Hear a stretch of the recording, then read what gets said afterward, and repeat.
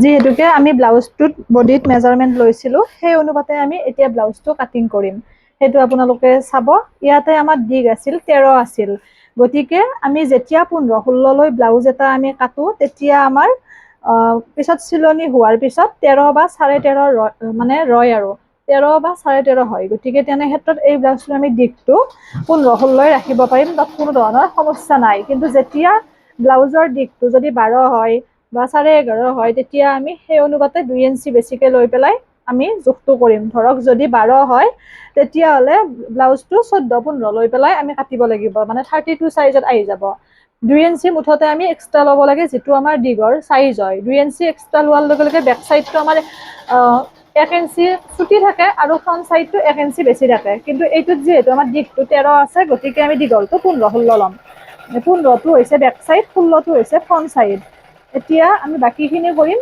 যেহেতু শোল্ডাৰ আমাৰ 3 আছিল গতিকে এইখিনি আমি আঢ়ৈ আৰু 3 দিম এয়া আঢ়ৈ 3 এইটো ব্লাউজ এতিয়া আমাৰ 36 সাইজৰ হ'ব কাৰণ ইয়াতে বুকু আছিল আমাৰ 38 বুকু 38 থকাৰ লগে লগে 4 ভাঁজ কৰাৰ লগে লগে আমাৰ 9.5 হয় 9.5 হোৱাৰ লগে লগে এনে সাইজটো 38 সাইজৰ ব্লাউজ আমাৰ 9.5 কিন্তু ফিটিং কৰাৰ পিছত এই ব্লাউজটো আমাৰ 36 হ'ব এইখিনি আমি 3 ললো আঢ়ৈ 3 এইখিনি আমাৰ ফিটিং জোখ আছিল হাতৰ খেৰৰ ফিটিং জোখ আছিল আমাৰ 17 হোৱাৰ লগে লগে আমি এইখিনি 6 লম 6 আৰু এইখিনি আমি গলৰ আমাৰ নমা আছিল 7 গলৰ নমা 7 আছিল যেহেতু ইয়াতে আমি 6.5 লম কাৰণ পিছত আমাৰ কটাৰ পিছত আধা ইঞ্চটো আমাৰ আহি যাব এনেও এইখিনি আমাৰ গলৰ নমা অনুপাতে 6.5 লৈছো কাৰণ আমাৰ গলৰ নমা আছিল 7 পিঠিৰ কটাটো আমি এনেও পিছত কাটিম যিমানখিনি পাৰি মই সহজভাৱে দেখাইছো এইখিনি 6 এইখিনি আমি আধা ইঞ্চ লম এইখিনিত জোখৰ প্ৰয়োজন নাই যেহেতু আমি ৰাউন্ড শেপে দিম পিছত আমি এনেও বেক সাইডটো উলিয়াই কাটিং কৰিম এইখিনি আমি 3 লম এই ডিসটেন্সটো আমাৰ 1 3 পৰা 1 লৈ আৰু এইখিনি আমি আধা ইঞ্চ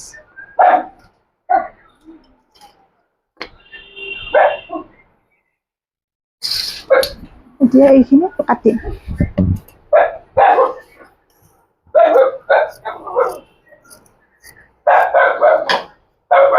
28 জুলাইৰ পৰা আমাৰ নতুন অনলাইন কাটিং ক্লাছ আৰম্ভ হ'ব নতুন বেচ ইতিমধ্যে ভালেখিনি ষ্টুডেন্ট জয়েন হৈছে কোনোবাই যদি ভাবে যে ক্লাছটো কৰিম হোৱাটছএপত মোক মেছেজ কৰিব ওপৰত নাম্বাৰটো দিয়া থাকিব তাত মেছেজ কৰিলে হ'ল মই জয়েন কৰাই দিম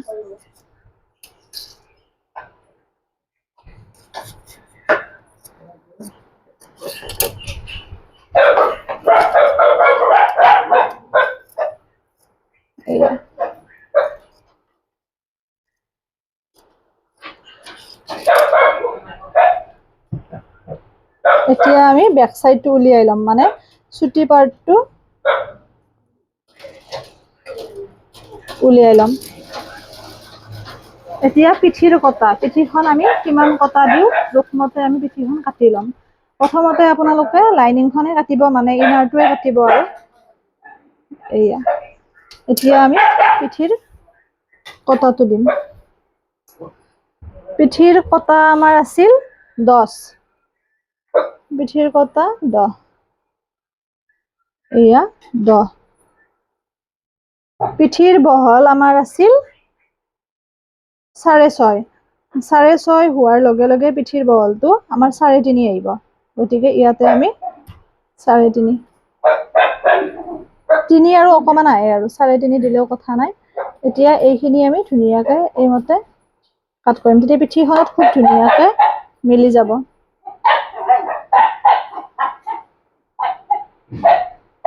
এই শেপটো নিজৰ মতে যিমান ধুনিয়াকৈ দিব পাৰে আৰু শেপ দিবৰ কাৰণে বিভিন্ন স্কেল পাই ইচ্ছা কৰিলে স্কেলৰো ব্যৱহাৰ কৰিব পাৰে কিন্তু মই নৰমালি দিও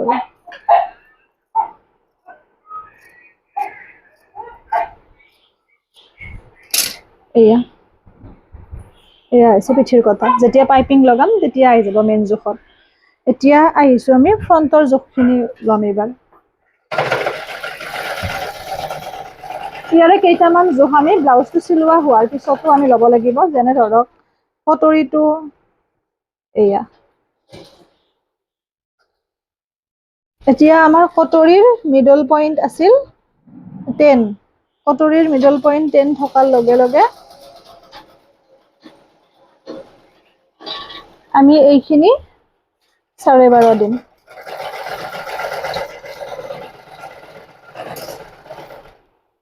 চাৰে 12 লৈ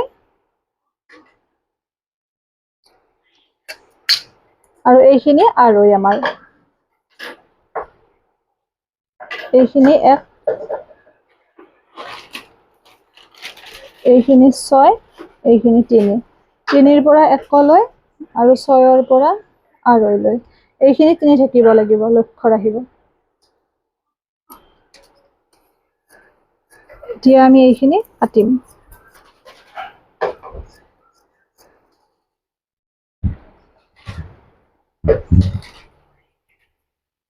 কটৰীটো বঢ়াব লাগিব। তাৰ আগতে আমি হাতখন কাট কৰিম। এয়া হাতখন এনেকে 4 জাপ লৈ ল'ব। এজাপ হ'লে এখন হাত, 2 জাপ হ'লে দুখন হাত, মানে ইয়াতে আমাৰ 4 জাপ আছে। হাতৰ দিশটো আমি লৈছিলো 9.5। 9.5 বা 10 আপোনালোকে 10.5 বা 10 ল'ব, যিহেতু আমাৰ চিলনিত যাব অলপ, আমি ইয়াতে 10.5 লৈছো। মূৰৰ পৰা ল'ব 3 লৈ এনেকৈ আঁচডাল টানি দিব।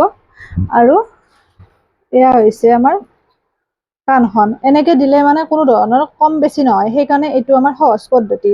ইচ্ছা কৰিলে এইখিনি জোখ লৈও এইটো দিব, বহলটো আমি জোখ ল'ব পাৰো। কিন্তু যিহেতু বস্তুটো আছে, আমি এইটো ব্লাউজে চিলাম, গতিকে এই কাণখন পাৰি দিলে প্ৰব্লেম নাই। খালি কাণখন বেকাকে বা এনেকে নহয়, এনেকুৱাকে চিধাকে 3ত পৰাকে এনেকে কাণখন পাৰি দিব। পাৰি দি এইখিনি 1 ইঞ্চি 10কে আমি কাটি দিম, 3.5 মানৰ পৰা। তেতিয়া ফুলি নাথাকে আমাৰ হাতখন। এতিয়া হাতৰ ঘেৰ আছিল আমাৰ 10, গতিকে ফিটিং জোখ হৈছে আমাৰ 5। 2 ইঞ্চি এক্সট্ৰা ল'ম, 7 হ'ব। এতিয়া হাতৰ মাজৰ খিনি আছিল আমাৰ 17.5। 17.5 থকাৰ লগে লগে 17.5ক আমি দুভাগ কৰি দিলে কিমান হ'ল? 8.5। গতিকে এইখিনি আমাৰ 8.5 হ'ব লাগিব। সেই অনুপাতেহে আমি দিম। 9 লৈছো আমি, কাৰণ যাতে সেইখিনি আমাৰ কমি নাযায়।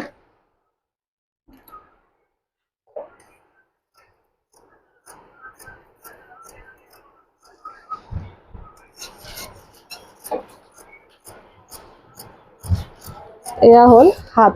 এতিয়া আমি কটৰীটো বঢ়াম। এতিয়া আমি কটৰীটো কাটিম, যিহেতু কটৰীটো বঢ়াব লাগিব। এইখিনি আমাৰ যেনেকুৱা এই চাইডটো সমানে থাকিব, এইখিনি আমাৰ সমান থাকিব। এয়া এইখিনি আমাৰ যেনেকুৱা তেনেকুৱা থাকিব। 3 ইঞ্চলৈকে আমি 1 বঢ়াম কটৰীটোৰ। 3 ইঞ্চলৈ, মানে এয়া এই 3 ইঞ্চলৈকে আমি 1 বঢ়াম। ঠাই নোহোৱা হৈছে নেকি? নাই ন? 1 বঢ়াম। এতিয়া এইখিনি 2, বাকী চব 2, খালি 3 ইঞ্চলৈ 1। এইখিনি এনেকে সমানত ৰাখি দিব। এইখিনিও 2, এইখিনিও 2, এইখিনিও 2, এইখিনিও 2। এতিয়া আমি এইখিনি জইন লগাই দিম।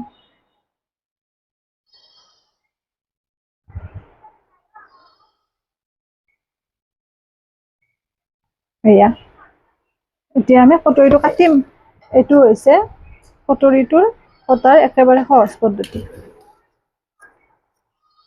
বেলেগ পদ্ধতিও আছে, কিন্তু চেম বস্তু চেম হয় আৰু। এইখিনি যেনেকুৱাকে ওলাইছে চেম পদ্ধতিৰে বা চেম জোখতে ওলাব।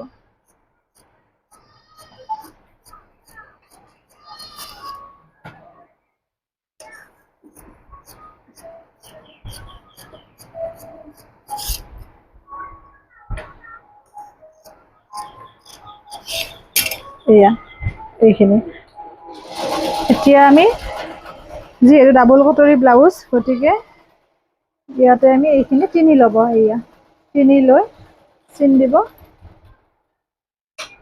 আৰু এনেকৈ দুভাগ কৰি দিয়া হ'ব দুভাগ কৰি এইখিনি আধা ইঞ্চ এইখিনি আধা ইঞ্চ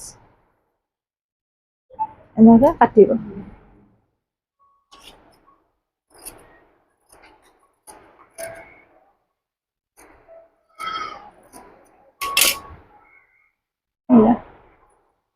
এয়া কটৰীটো হ'ল আশা কৰোঁ বুজি পাইছে চিলোৱা ভিডিঅ'টোৰ লগত পুনৰ লগ পাম